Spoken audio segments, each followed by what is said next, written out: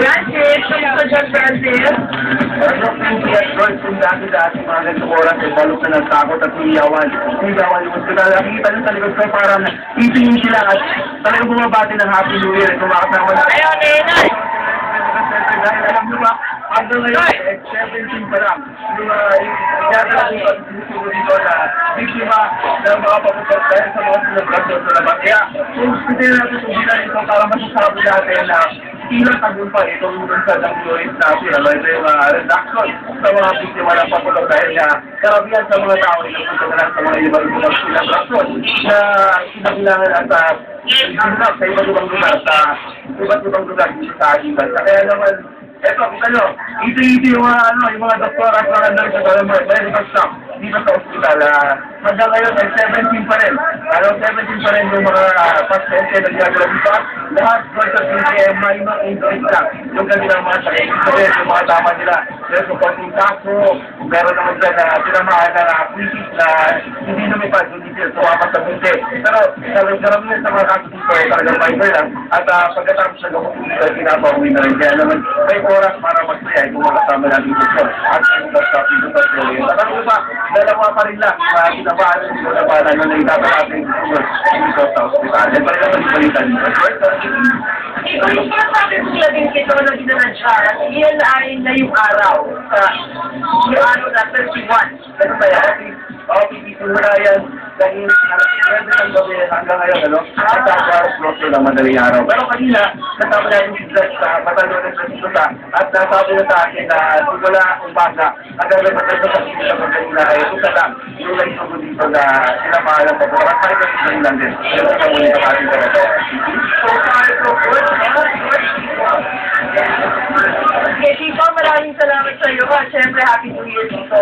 Kaya kinakahirapin ko sa walang nagsasakripisyo. Sa ilang barangay, ha, sa Makati na isinagpapawal din yan. Hindi mo nakamuto. Pag-iingayin natin kung talagang magiging tuloy ang kampanya ng gobyerno para singalay. Tapos kapag gusto talaga yung DOH ay mag-concert na lang tayo o kaya magkaroon yung sinatawag na area kung saan lang pwede magpaputo. Maganda yun. Yun ang parang opasyon yun. From a distance, state, hindi makahawakan. Hindi kailangan ng human intervention. At meron mga operate yan, pero mga lisensyado, mga skills, saan nila yung ginagawa. Tapos doon ka na lang pupunta, doon na naman dati tayo. Hindi yung laseng, lalabas sa kalsada. Hindi siya sa sigarilyo niya. Pagtapon niya gano'n, sigarilyo pala yung tinapon, tapos yung subo-subo niya, ipapatok mo. Hindi delikado eh. Alam na alam mo, George, kanino, ha? Taking from experience, corporation. Alright, magbabalikan sa lubong sa 2012 ang ABS-CBN New Year Countdown! Happy New Year! Oh, sino pa papati sa inyo? Yeah! Hey, yo!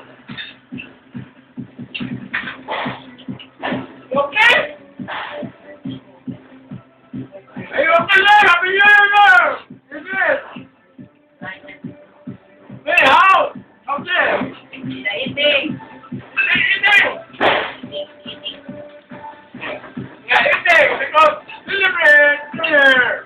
Right? Where are you going?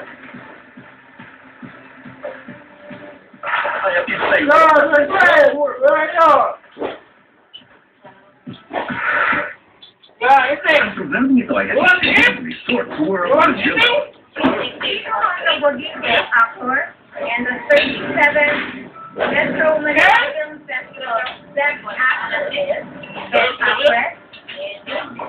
This year's Best Actress Award goes to Anong pelikula ng hasa Best Picture?